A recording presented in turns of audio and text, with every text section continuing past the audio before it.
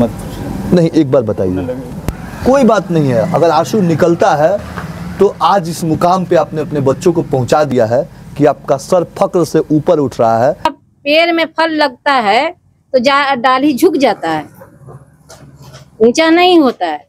तो बेटा इसी तरह आप लोग को समझ बूझ के रहना है। कुछ ऐसी ही सच्ची कहानी हम आपको बताने जा रहे हैं, जिनके निर्देशक या डायरेक्टर आप कहें कि ये 2 लोग हैं। यह वो परिवार है जिनके 4 बेटे हैं और चारों बेटे आज के डेट में अपनी सफलता की कहानी गढ़ रहे हैं।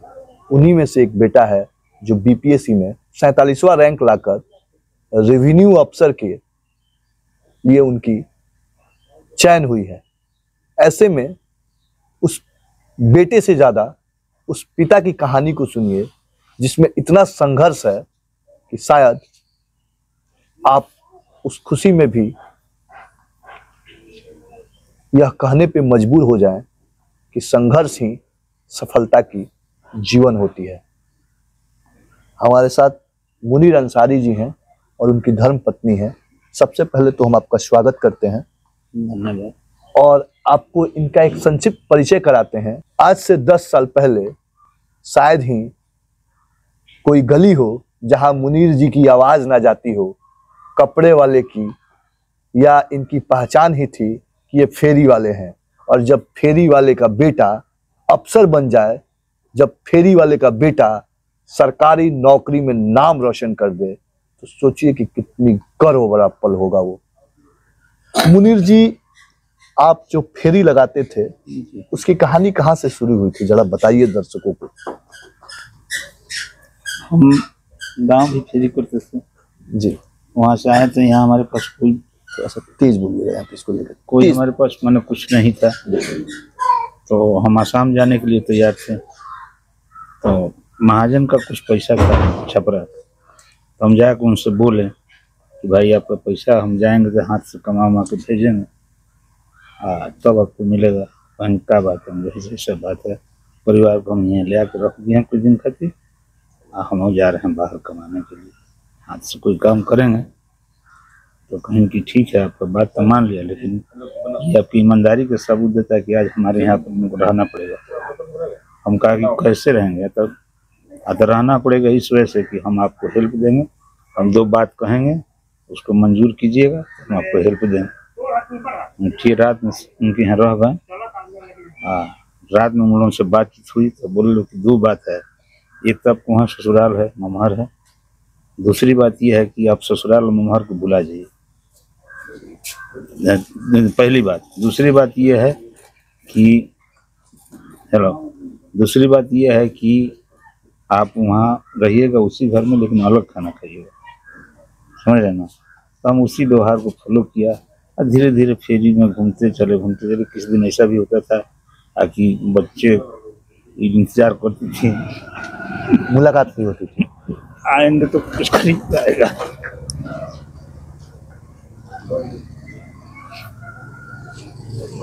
आप पढ़ना चाहते थे मुनीर जी, फिर वो क्या पल था कि जब आप पढ़ नहीं पाए और फेरी लगाने पे कैसे, मतलब क्या आपके पिताजी के साथ वही करते थे, हमारे नोक-झोंक भी हुई थी पढ़ाई को लेकर? ना पढ़ाई ना कुछ नोक-झोंक ना हुआ था। हम शादीशुदा हो गया, 3 बच्चे हो गए जी। उस वक्त पिताजी यही कहे तुम अलग रह के नहीं, इसपे ही सब है, दूसरा कोई सब। अच्छा, मतलब वो हमेशा इस बात को कहते थे कि तुम सरवाइव नहीं कर सकते अलग रह के, मतलब उनको शक था आपके काबिलियत पे कहीं ना कहीं, और यह बात आपके दिल को छू गई थी। ये सही बात है। शिक्षा का मतलब, जैसे आपने अपने बच्चों को इतनी उच्च शिक्षा दिया है, आज बड़े बड़े आपके 4 बेटे हैं, चारों में से एक बीपीएससी में चयन हुआ है, एक आईबी में है, एक मर्चेंट नेवी में है, एक शिक्षक है। ऐसे में इनकी शिक्षा, आपकी तो शिक्षा दीक्षा 9वीं तक है जहां तक आपने मुझे बताया है, तो ऐसे में कैसे आप शिक्षा का अलग आपको कहां से आया कि पढ़ा लेंगे तो शायद बच्चे आगे बढ़ जाएं? हमारी तकलीफ जो थी ना जी, हम उसको एहसास करते थे जी। और दूसरी बात की फेरी में घूमते थे जी, तो लोग को, बच्चों को हम सुनते थे कि फलाना का बच्चा ये हो गया, वो हो गया, वो। अच्छा, वो ललक होती थी। ललक, हाँ, तो हमको मेरा भी बेटा कुछ हो। हाँ, कुछ हो। तो सबसे पहले तो बड़ा लड़का, जब पहला पैसा कितना कमाए थे फेरी में, पहली बार जो आपको मेहनताना मिला था? उस दिन हम 96 रुपये काम किए। 96 रुपये का? क्या किए थे उस 96 रुपए का? 96 रुपये लाए तो घर से बोले कि ये मेरा से हम लोग अलग खाएंगे। अच्छा, मतलब आप किसी के साथ रहते थे वहाँ? ससुराल की जो घर है वही घर है। जी जी जी जी, उसी घर में हम रहते थे जी। तो इनसे कहा कि हम अलग खाएंगे, आज से हम लोग अलग खाएंगे, हमारी महाजन का ये मैंने वादा करता हूँ। तो उसी वक्त बगल में एक चंगेज खां की दुकान से दाल चावल खरीद कर आया।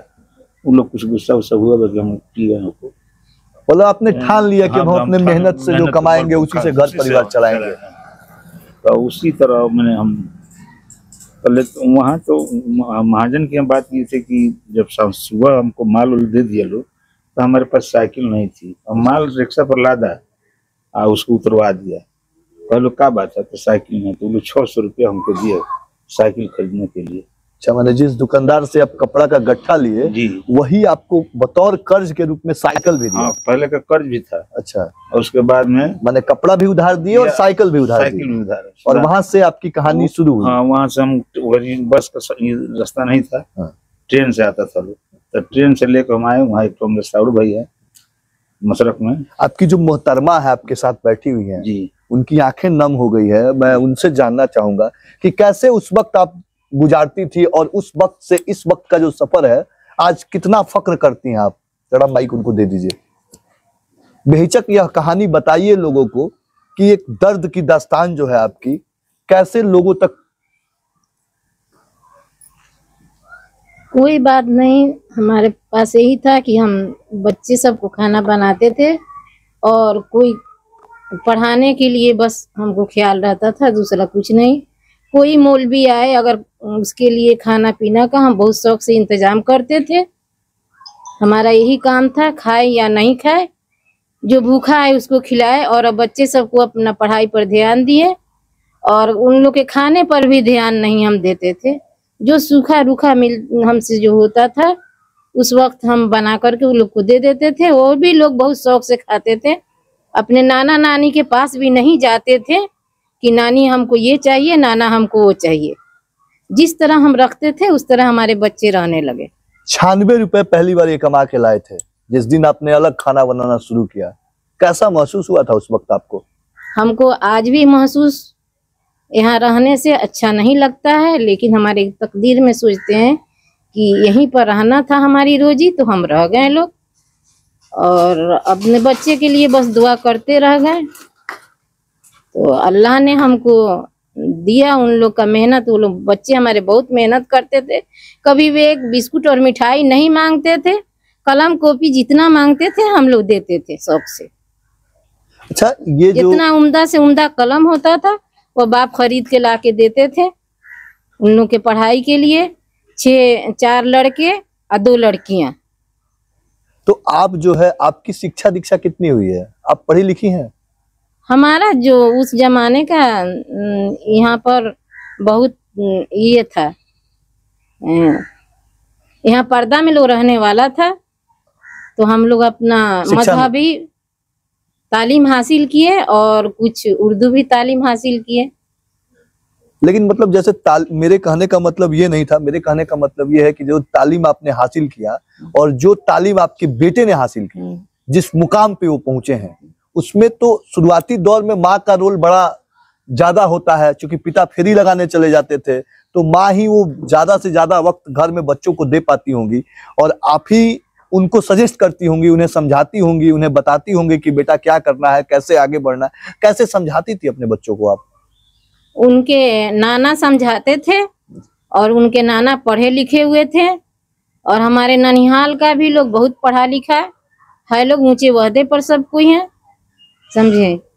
तो इसी से हमारे बाप भी ये थे, कंपाउंडर थे सरकारी, रांची से पढ़े हुए थे और यहाँ पोस्ट मास्टर भी थे। तो हमने सोचा कि बाप का इज्जत बचा रहे, उस तरह हमारे बच्चे पढ़े लिखे लोग। हमारे बाप को बहुत शौक था हम लोग को पढ़ाने लिखाने के लिए। अच्छा, आज आपको कैसा महसूस होता है जब आपके बेटे इतने बड़े बड़े ओहदे पे चले गए हैं? तो लोग तो आके आपको बोलते होंगे ना कि नहीं, जो कल मेरा दिल था, जो कल मेरा शौक था, दिल था, वह आज भी है।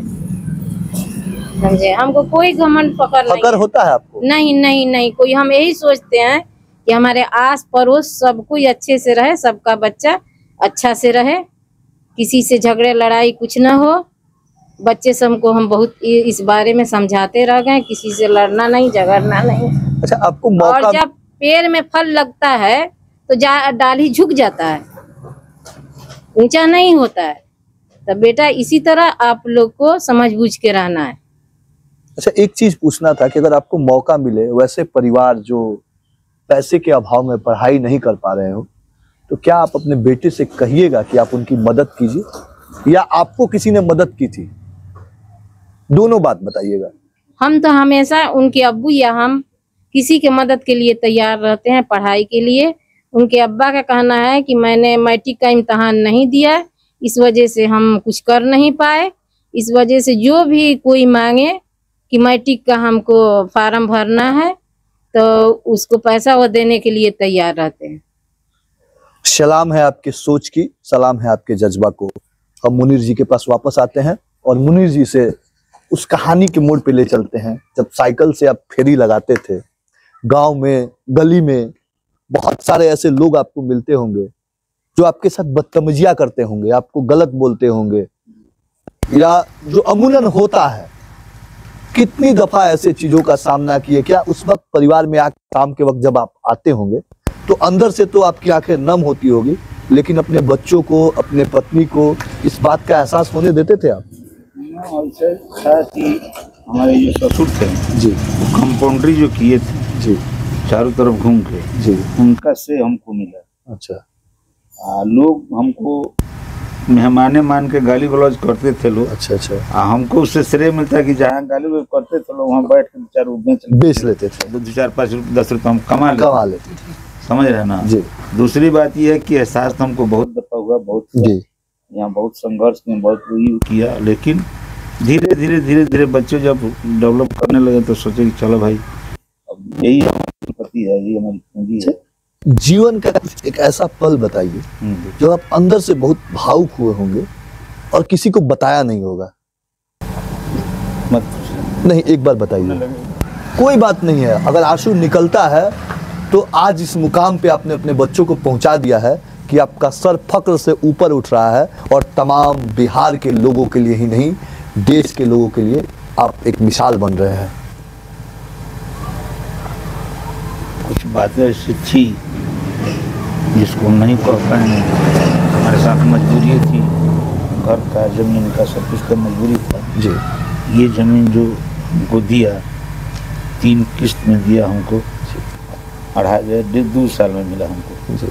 2 साल के अंदर अनेकों लोग वहाँ गया, आप बोला कि हमको दीजिए, उनको मत दीजिए, तो बाहर से आए हुए हैं, ये है वो है, जो मतलब बाहरी होने का आपको एहसास हुआ। यहाँ आके आप अंदर से इस चीज को महसूस किए कि हम अपनी मिट्टी को छोड़ के आए, तो वो चीज मुझे कहीं ना कहीं एहसास देता था। कई बार घर भी जाते थे हम वहाँ जी, तो कई बार वो लोग कहते थे कि चले आओ, हम कहाँ बिजनेस में कुछ फैला दिए हैं लोगों में, तो बटोरना मुश्किल था जी, समझना। तो ये सारे दिन रहते होते, उस दिन हमको इतना दिन के बीच में एक दिन हमको अच्छा नींद आया है जो आपको बयान कर रहे हैं।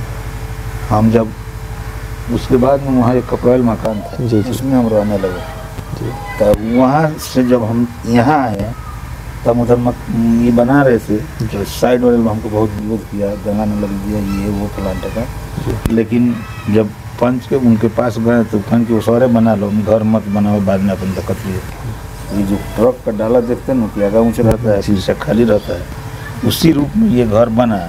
और उस दिन हमको बहुत अच्छी नींद आई, जिस दिन है वो सारा मतलब आप अपने बनाए घर में जिस दिन बिछावन डाल के सोए तो आपको बहुत अच्छा महसूस हुआ। हकीकत भी है, इंसान जब मेहनत करता है और जब संघर्ष करके कुछ हासिल करता है तो उसकी खुशी दुगना हो जाती है। उसी दिन हमको एक नींद, मैंने चैन की नींद आई कि हम नीचे सोए हुए थे सारा परिवार लेकर इसी उसारा में, और उधर सब खुला था, समझ रहे ना।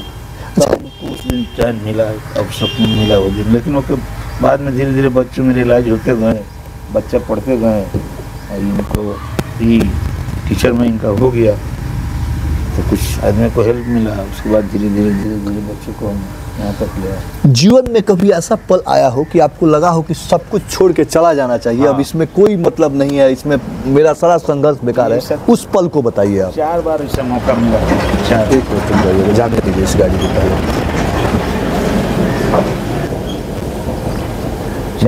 4 बार मौका मिला। एक बार तो मौका ये मिला कि उनको यहाँ से लेके घर गए, वहाँ कुछ उन लोगों से बातें हुई भाई लोग से, इन्होंने जवाब दिया किया तो वहाँ रहिए ना तो यहाँ रहिए, वहाँ रहना है तो ज़मीन का इंतजाम कीजिए, घर अलग बनाइए, और नहीं तो यहीं चले आइए। तो उसके लिए भी हम लोग बांध लिए थे, लेकिन बाद में हुआ कि भाई इतना बाज़ार में पैसा पड़ा हुआ है, सब ये हो जाएगा, एगो इमेज बना हुआ है तो ये भी टूट जाएगा। मतलब क्रेडिट बनी हुई थी मार्केट में। हाँ, मार्केट में क्रेडिट, महाजन हाँ, का क्रेडिट, फिर दूसरा काम तो मिलेगा नहीं। फिर महाजन का क्रेडिट बन गया था कि भाई जो माल मांगते थे मिलता था, हम समय से पैसा चुकाते थे और ये करते थे। तो उसमें बस वही था कि बाल बच्चों में जितना पैसा बियर करके बाकी सारा महाजन कर दे देते। जो पहला बच्चा आपका सफल हुआ, हाँ। नौकरी लगी, हाँ, उस वक्त तो लगा होगा ना कि आपके सीने से कुछ बोझ हल्का हो गया। सीने से बोझ हल्का ना हुआ, पकड़ लिया, हम लोग रोने लगा कि बाबा हम सफल हो गए। तो हम लोग बहुत रोए, हुआ के बाद में ठीक हो गया।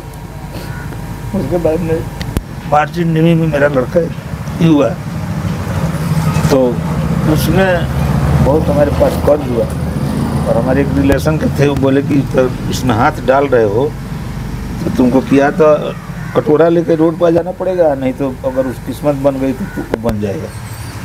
इस चीज़ से हमको धक्का लगा था, लेकिन फिर भी हम कोशिश किए कि नहीं, हमारा एक था कि लोग जो है गार्जियन पी के खा के जुआ खेल के अपने पैसे को बर्बाद करता है, लेकिन हम एजुकेशन में डाल के हम सोचे कि बर्बाद करेंगे।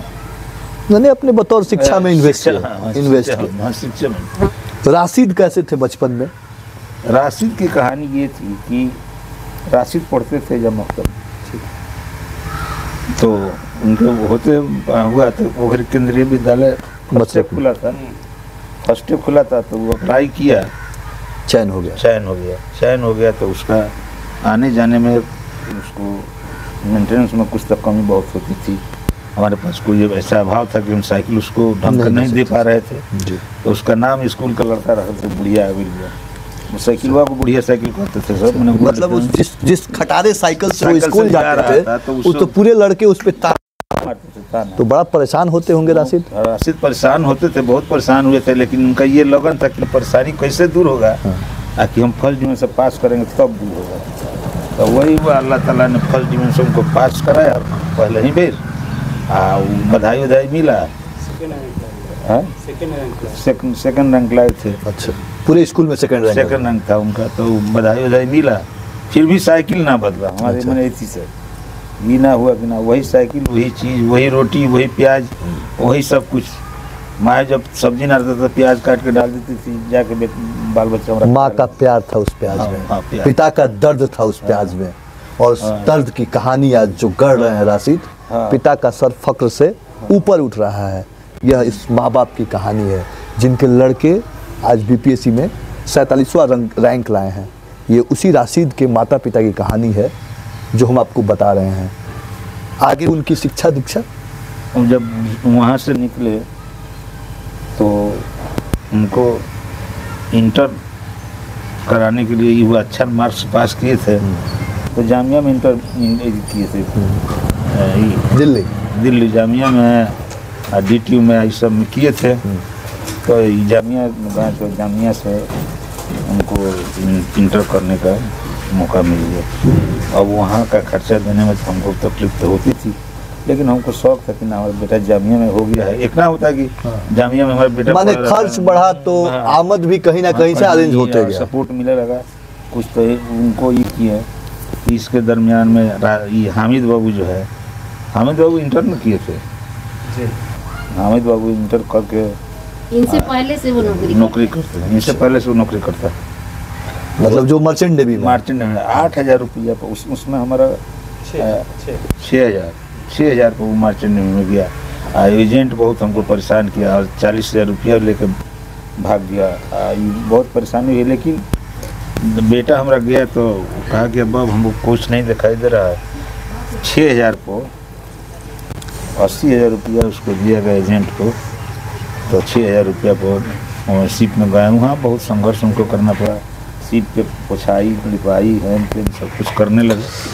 तो उनको धीरे धीरे उनका एहसास हुआ कि अब हमको भी पढ़ना पड़ेगा, तभी जाकर हमारी नौकरी जो है लायक नहीं लगी। लोग ऊपर के अफसरों को देख करके अपने बिहेवियर बनाते थे, तो वही तरह करते थे। तो कभी आया ऐसा मौका कि अब पैसा तो नहीं आया, यही करना है हमको।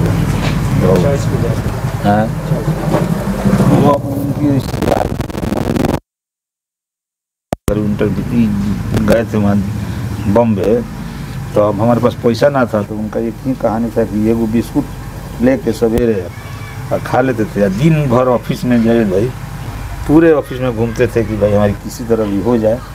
तो एगो पता लगा, हाँ, तो उनका ये था कि एगो बिस्कुट खाते थे, शाम को जाते थे चर्च में, फूल वूल पर माटी उटी चढ़ा देते थे, और चढ़ाने के बाद में उसमें भर पेट खा लेते थे।